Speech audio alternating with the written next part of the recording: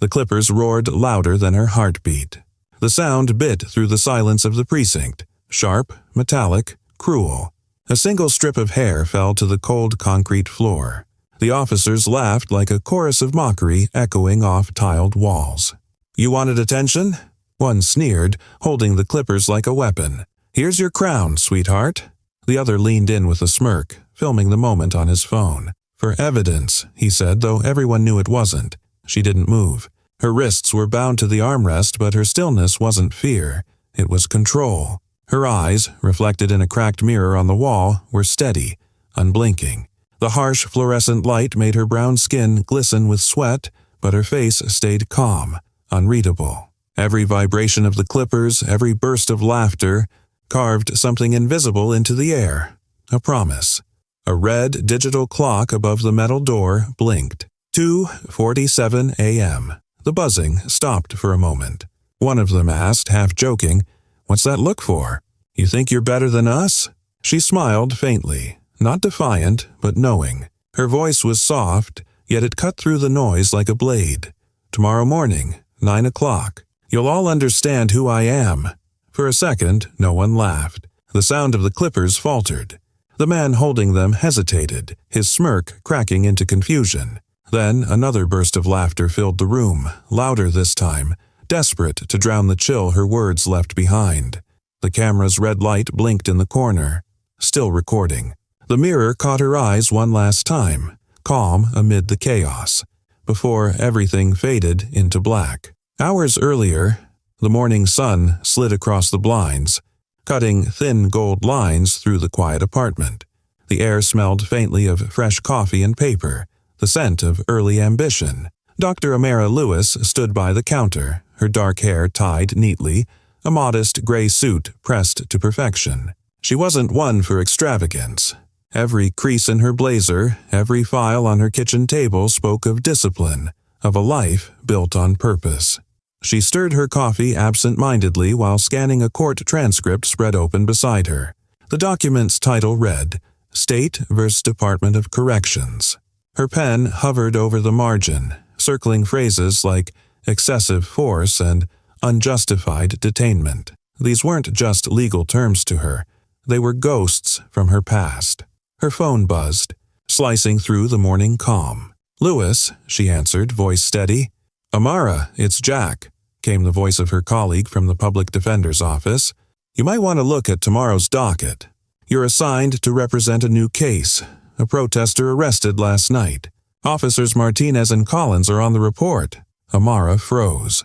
That name, Collins, flickered through her mind like a match. "From the South Precinct?" she asked, already knowing the answer. "Yeah," Jack sighed. "Same precinct your father." He didn't finish. He didn't need to. Her father's death had always been wrapped in bureaucracy, heart failure during custody. That's what the file said.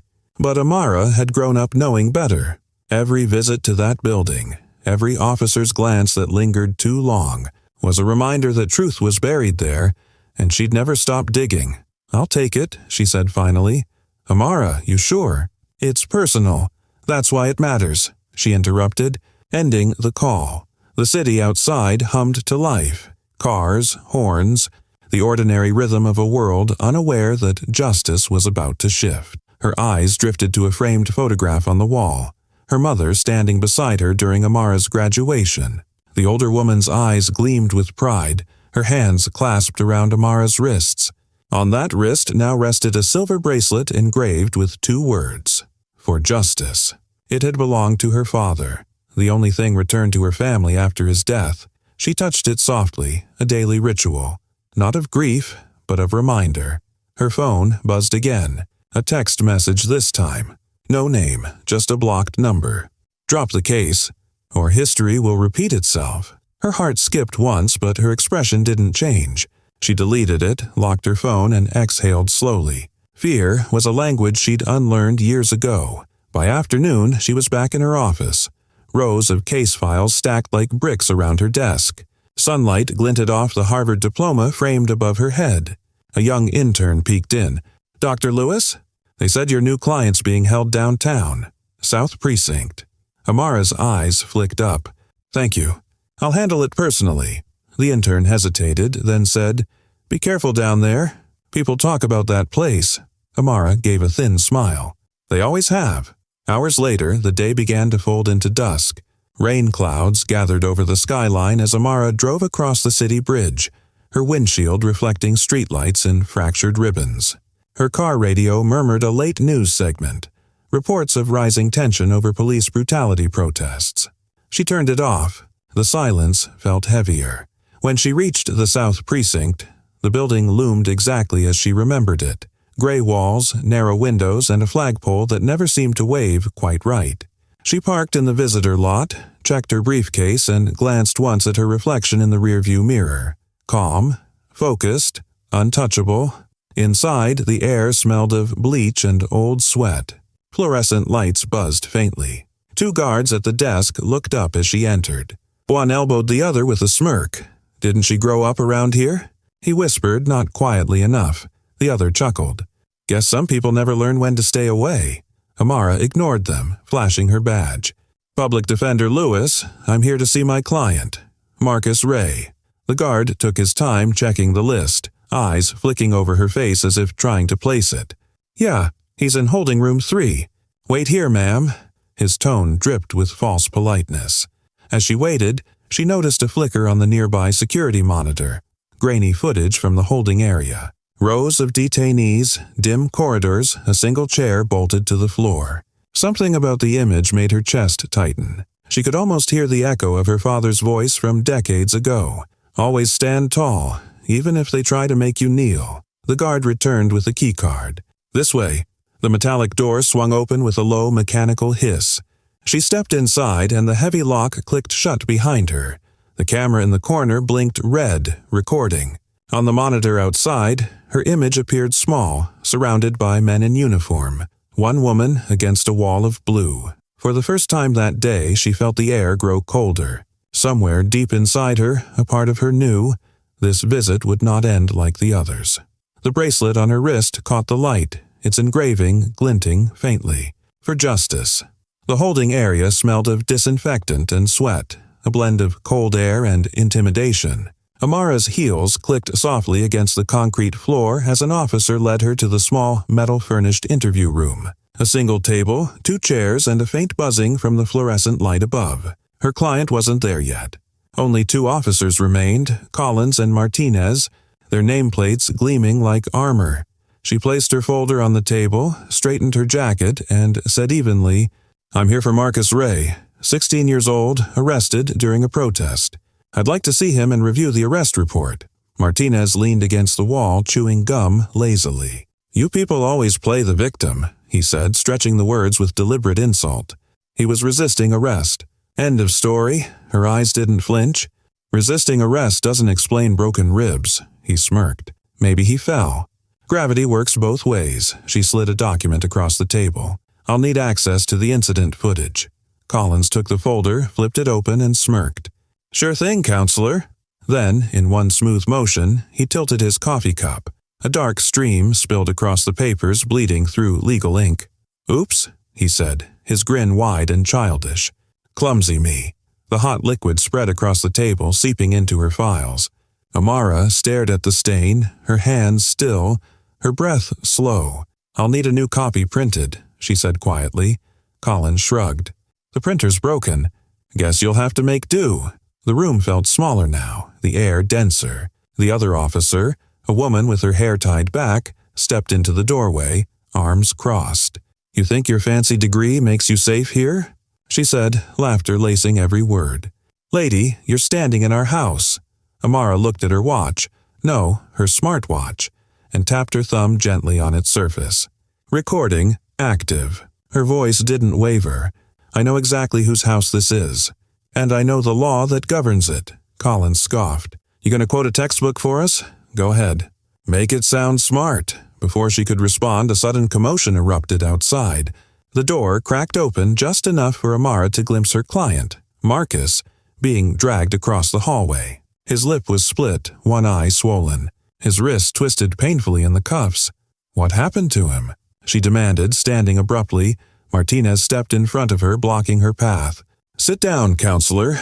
We're processing him." Processing doesn't involve bruises and blood, she snapped. Lady, calm down before you get yourself in trouble, the female officer said, smirking as she leaned against the doorframe. Amara reached into her bag, pulling out her phone. I'm calling the district supervisor. The phone was snatched from her hand before she could dial. It hit the floor with a dull crack. Collins bent down, pretending to inspect it. Ah, look at that. The screen's shattered. Expensive mistake. She felt anger rise like static under her skin, but she forced herself to breathe evenly. That's tampering with evidence, officer. Martinez stepped closer, lowering his voice. You think words protect you? In here, nobody cares what you say. Her smartwatch captured every syllable. Amara turned to the female officer, searching for one human face. He's a child, she said softly. He needs medical attention. Then you can file a complaint. From your office, the woman replied, then gestured toward the door. This visit's over. But as Amara tried to step past her, a solid arm shot out. Collins blocked the exit completely. Hold up, he said. She's not done. The tension in the air thickened. Something in the silence warned her this wasn't just harassment. It was a setup. What are you doing? She asked, voice calm but edged. Martinez exchanged a glance with the woman by the door. She's disrupting the procedure, he announced loudly, as if reading from a script. What? She said, incredulous. I did nothing wrong, he ignored her. You're under arrest for interference with an officer. The words landed like cold iron. Her pulse quickened, but she stood still, unblinking. That's unlawful, Collins smirked. So sue me. The woman opened a drawer and pulled something out. The metallic hum filled the air again, the same sound she'd hear hours later in the darkest room of her life. Clippers. Mara stared at them, realization dawning too slowly to stop it. What is that for? Standard inspection, Martinez said. Contraband check. You'd be surprised what people hide in all that hair. That's not procedure, she said firmly, but they were already advancing. One hand grabbed her arm, another forced her into the chair. Her smartwatch blinked once more before disappearing beneath the officer's shadow. Her voice stayed steady, every word clear for the invisible witness recording from her wrist. You're making a mistake, and you'll remember it tomorrow morning. Martinez leaned down, sneering. Tomorrow? Sweetheart, by tomorrow, no one will even remember you were here. The clippers buzzed alive, slicing through the last trace of safety in the room. Outside, the red light of the hallway camera blinked, one steady pulse at a time, as if recording judgment in silence. The cell was small enough to hear her own breath echo back at her.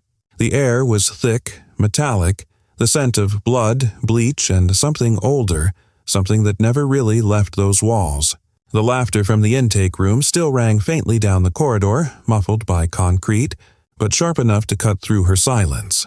Amara sat on the narrow bench, her back against the cold wall, hands still cuffed. The fluorescent light above flickered, buzzing like a dying insect. Every few seconds it dimmed, casting her shadow long across the floor, a fractured outline of a woman who looked nothing like herself. She reached up with shaking fingers, brushing the rough stubble where her hair used to be. The touch burned, not because of pain, but because of what it meant, what they had taken. The humiliation, the degradation, the deliberate erasure of identity. Yet, even now, she didn't cry. She wouldn't give them that. In the silence, her mind began replaying every second of what happened. The laughter, the buzz of the clippers, the words she said before everything went black. Tomorrow morning, 9 a.m., you'll all understand who I am. They thought she was bluffing. They thought they had broken her. But as she flexed her wrist slightly, she felt the faint vibration beneath her skin, her smartwatch. The recording was still running when they dragged her here. Her eyes lifted toward the small dusty window slit above the cell door. The faint light from the hallway spilled in, illuminating the metal bracelet on her wrist, her father's bracelet. Her thumb brushed the engraving, for justice, and a memory hit her like a gust of cold wind. A flashback, 15 years earlier. She was 18, standing outside the same station, rain soaking through her clothes. Reporters shouted questions behind yellow tape. Officer-involved incident, they called it. Her mother's sobs filled the car beside her. They said her father had a heart attack in custody, but Amara remembered the bruises on his neck during the closed casket funeral. She remembered the sealed report, the missing footage, the silence. And now, she realized, she was sitting in the same cell where her father's last breath was stolen. The same walls, the same department, the same corruption that had murdered him, now cutting through her too. A low voice broke the silence. "Not so high and mighty now, huh?" She looked up. Officer Collins leaned against the bars, holding a clipboard. The smirk on his face made her stomach turn. "You'll never show your face in court again," he said, voice dripping with satisfaction. "Not after tonight. You're finished." Amara's gaze didn't waver. She tilted her chin up slightly, her tone soft but dangerous. "No, you'll show yours." For the first time, he faltered. The smirk cracked. He muttered something under his breath and walked away, his footsteps echoing like fading thunder. When the corridor fell silent again, she let herself breathe deeply for the first time. Her hands trembled as she twisted her bracelet slightly. The latch came loose, revealing a hollow compartment no bigger than a coin. She slid the tiny data chip from her smartwatch into it, the evidence of everything. Every insult, every strike, every second of their laughter. She snapped the bracelet shut again, pressing it against her pulse as if sealing a vow. Her breathing steadied. The tremor in her fingers subsided. For the first time since the arrest, she didn't feel powerless. She felt focused. A plan began forming in her mind, precise and cold. The footage would expose everything. Their brutality, their racism, their arrogance. But it wasn't just about them anymore. It was about her father, about Marcus, about every name that had vanished behind the phrase procedure. The light above her flickered again. This time, it didn't feel harsh. It felt symbolic, like a countdown had begun. Footsteps approached. Another officer appeared, younger, hesitant. He opened the cell door and tossed her a folded orange jumpsuit. "Transfers in an hour," he muttered. His voice was softer than the others. He didn't meet her eyes. Amara caught the uniform and set it beside her. "Where are you sending me?" He hesitated, swallowing hard. "County intake. They'll process you for arraignment tomorrow." "Tomorrow?" She repeated, her voice barely above a whisper but with meaning sharpened by quiet fury. "Perfect." The guard looked at her, confused, then left. The door clanged shut again. Amara leaned back, closing her eyes. She could still hear faint laughter echoing from the hallway, but this time, it didn't pierce her. It fueled her. They thought the night had ended her story. But the truth was simple. It had only just begun. She pressed her palm over the bracelet once more, feeling the metal warm beneath her skin, like it was alive, like her father's spirit pulsed inside it. "You died for silence, Dad," she whispered. "I'll live for justice." The camera outside her cell blinked red again, recording its own kind of witness. By morning, those same walls would tremble, not with laughter, but with the weight of truth. The next morning, the lock clicked open with a sound that was far too casual for what it meant. The guard didn't meet her eyes as he spoke. "You're free to go. Charges have been dropped after review."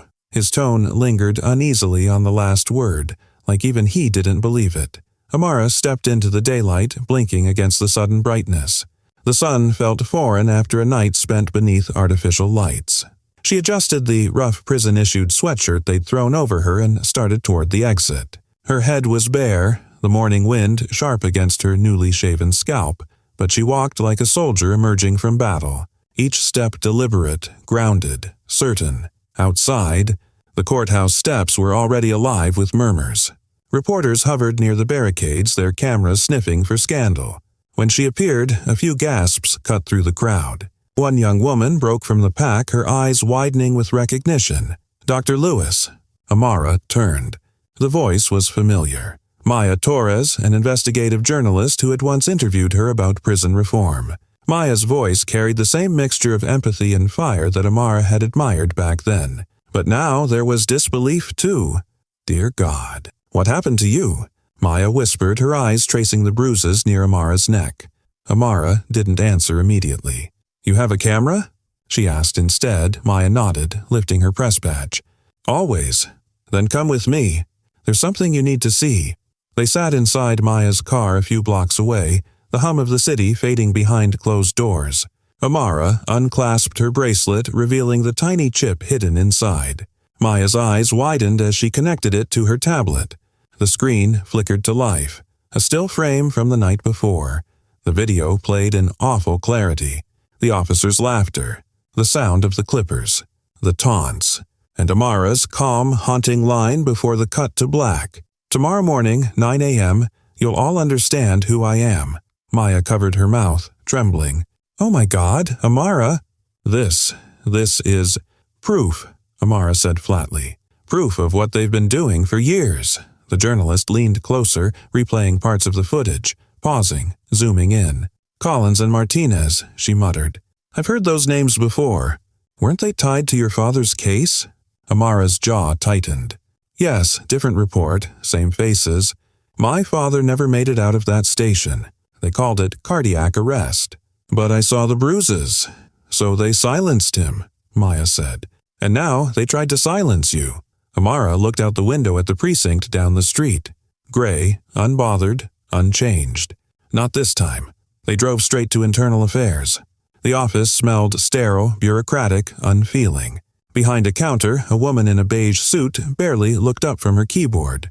"I have video evidence of police misconduct," Amara said, setting down the tablet. "Officers Martinez and Collins. I want to file an immediate complaint." The woman sighed, flipping through a stack of forms. "You'll need to submit that through the judicial board." "Chain of command, ma'am. Chain of command." Maya echoed, incredulous. "They are the command." The woman didn't even blink. "That's the procedure." Amara's voice dropped to a controlled simmer. "Procedure," she repeated, each syllable soaked in disdain.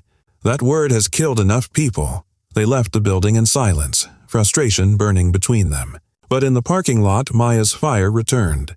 "If they won't listen quietly, we'll make them listen publicly." Amara turned to her. "You mean, exactly. We leaked it." That night, the world began to tremble. A montage unfolded like a rising tide.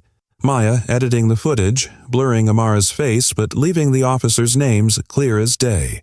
Mara calling old colleagues, victims she'd once defended, people whose stories had been buried. One by one, they came forward. A retired teacher, a teenage boy, a nurse, each one saying the same names: Collins, Martinez. Maya posted the first clip under the headline, "When Justice Gets Arrested."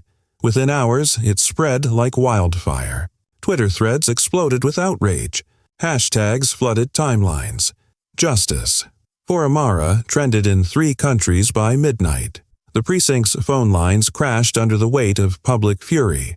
On local news, a reporter stood outside the South Precinct. The Seattle Police Department is under intense scrutiny tonight following leaked footage allegedly showing officers humiliating a well-known attorney during a routine arrest. In her apartment, Amara sat with Maya, both watching the storm unfold across the screen. Her phone buzzed non-stop. Calls from former clients, civil rights groups, even senators. But one text made her still. It was from a blocked number. "You should have stayed quiet. The chief doesn't forgive twice." Amara handed the phone to Maya. "That's him," she said. "Chief Reynolds. He signed off on my father's transfer the night he died." Maya's expression hardened. "Then this isn't just about 2 officers. It's a whole system." Amara nodded, her voice low but steady. "And tomorrow that system will face me." Maya frowned. "What do you mean?" Amara stood, her silhouette reflected in the TV light. Shaved head, calm face, eyes that had stopped trembling. "Tomorrow," she said. "They'll stand where I stood." The camera lingered on her expression, not rage, not grief, just cold purpose. The quiet before the verdict. Outside, the sound of distant sirens rose and fell like the heartbeat of a city about to witness its reckoning. The courtroom pulsed with noise. Murmurs. Camera clicks, the low hum of anticipation. Reporters crowded every row, microphones angled toward the bench like weapons aimed at truth. On the left, police officers filled the gallery, their badges polished but their faces uneasy. They weren't used to seeing one of their own on trial, let alone standing before a woman they once mocked, shaved and humiliated. Judge Amar Lewis entered quietly, the air shifting as she approached the bench. The black robe swayed around her like armor. Her head, still shaved close, gleamed beneath the lights, no longer a mark of disgrace but a crown forged from defiance.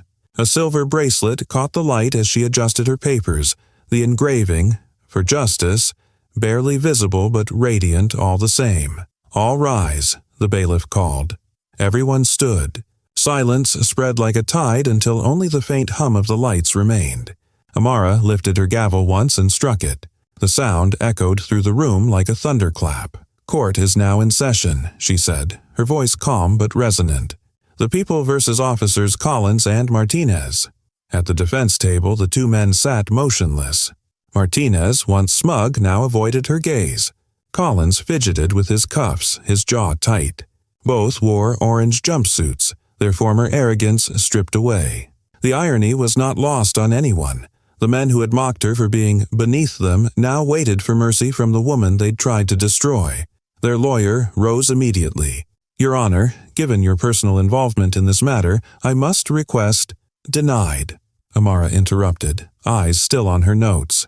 Her tone was firm, final. "We will let the truth speak." The attorney hesitated, deflated, then sat. Amara nodded toward Maya Torres, seated beside the prosecutor's table. The journalist turned evidence witness had set up a projector, her face pale but resolute. "Play Exhibit A," Amara instructed. The lights dimmed. The first frame appeared. The holding room. The buzz of fluorescent lights filled the speakers. A young black woman sat restrained in a metal chair, her own reflection staring back from the cracked mirror. Two officers stood over her, grinning. "Hold still," one said. The clippers buzzed. The room in the video came alive with laughter and cruelty. A gasp rippled through the courtroom. Even the officers watching from the back exchanged uneasy glances. Amara sat still as stone, her expression unreadable. The screen played on, showing her calm restraint, the humiliation, and finally, her voice. "Tomorrow morning, 9 a.m. You'll all understand who I am." When the clip ended, silence followed. Amara's voice was measured when she spoke. "That video was recorded on my smartwatch. It documents not only an assault, but a systematic abuse of power." The defense attorney jumped up. "Your Honor, this evidence is inadmissible due to conflict of interest." "Overruled," Amara said sharply. "Sit down, Mr. Hendricks," he obeyed. The authority in her tone was undeniable. "Exhibit B," she said. Maya switched clips. Security footage filled the screen. The same hallway from the precinct. Amara's client, a teenage boy, was dragged past officers, bruised and bleeding. Another video. Complaint forms marked dismissed. Then an image. The autopsy of Officer Daniel Lewis, Amara's father. The words "cardiac arrest" filled the report header. Amara rose from her chair, stepping forward, her voice steady though her eyes gleamed with restrained fire. 15 years ago, my father died in that same precinct, the same division, the same chain of command. The coroner's report was falsified by Chief Reynolds, the same man who approved my arrest. A low murmur filled the gallery. Reporters scribbled frantically. Cameras flashed. The defense attorney muttered under his breath, his confidence collapsing. Amara gestured to Maya. "Continue." The next slide was a collection of internal emails and text messages, projected in white letters across the wall. "Handle her before she handles us. Make it personal. Reynolds wants this cleaned up fast." The names attached to the messages were unmistakable. Collins, Martinez, and Reynolds. The courtroom erupted. Gasps. Whispers. Outrage. Amara raised her hand. "Order." The single word was enough. The silence returned. "These messages," she said, "prove intent. They show not accident or misjudgment, but strategy. They weren't following orders. They were following hate." Maya cued the next video. Interviews of victims, each one speaking in trembling voices. "They shaved my head, too. They said I was hiding contraband in my hair. They laughed while I cried." One by one, the faces filled the screen. A nurse, a teacher, a student. Different names, same trauma. When the final testimony faded to black, Amara exhaled softly. The silence that followed was heavy, reverent, unbreakable. She turned to the two men. They sat frozen, pale and small under the weight of their own deeds. "Officers Collins and Martinez," she began, her voice low but thunderous in its certainty. "You were given authority to protect. You used it to destroy. You mistook your badge for a weapon and your laughter for law. Martinez's voice cracked. "We didn't know. You didn't care to know," she interrupted. "You saw my skin before you saw my name. You saw a woman before you saw a judge." Collins shifted in his seat. "This isn't fair." Amara leaned forward, her voice a whisper sharpened by power. "Fair? You shaved my head and called it a procedure. You filmed my pain and called it evidence. You mocked my father's death and called it justice." She paused, the silence cutting deep. "Today, the word justice means you." The gavel trembled in her hand, not from anger but release. On counts of assault under color of law, obstruction of justice, conspiracy, and civil rights violations, this court finds you both guilty. Gasps, cheers, a few tears. The sound was overwhelming, but she remained still. The bailiff stepped forward, clicking handcuffs around their wrists. The courtroom lights seemed brighter now, fluorescent, identical to those in the precinct. For a brief second, the room mirrored the place of her humiliation. But now the positions have reversed. The oppressors chained, the victim sovereign. Collins looked up, shaking. "You can't do this. You're biased." Amara stepped down from the bench. Her heels echoed with calm precision as she approached. She stopped in front of him, close enough for her words to slice through the noise. "You shaved my head," she said. "Justice shaved your lies." The room went utterly still. Cameras froze. Then, as if a collective breath had been released, the crowd erupted. Applause, cries, flashbulbs, all merging into a thunderous roar of vindication. Amara returned to her seat, lifted the gavel once more and struck it with finality. Court adjourned. Outside, sunlight spilled across the courthouse steps. Reporters surged forward, shouting her name, questions, and praise. She walked through them without speaking, the crowd parting around her like a tide. Her reflection appeared briefly in a passing news camera. The same shaved head, the same eyes, but now filled with quiet triumph. Maya caught up beside her. "You did it," she whispered. Amara smiled faintly, the corners of her lips softening. "No," she said. "Justice did." The cameras caught that line, and by evening, the clip had gone viral. The woman, once humiliated beneath fluorescent light, now stood unshaken beneath the sun, living proof that truth, though buried in darkness, never stops reaching for the light. The dawn filtered softly through the apartment window, brushing gold across the walls. The city was quiet, just the hum of distant traffic and the low murmur of morning news from the television. Amara stood in front of the mirror, still in her robe, steam from a nearby cup of tea curling into the air. Her hand rose slowly, fingers tracing the short stubble now growing across her scalp. It wasn't shame anymore. It was a crown, forged from survival, resilience, and truth. Behind her, her mother appeared in the reflection, eyes glistening.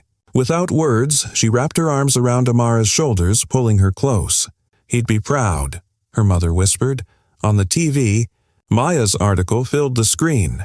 Judge turns her own abuse into landmark reform.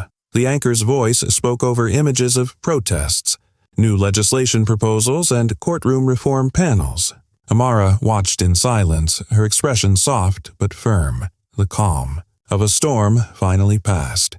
Her voice, the same voice that once trembled under fluorescent lights, now carried quiet authority.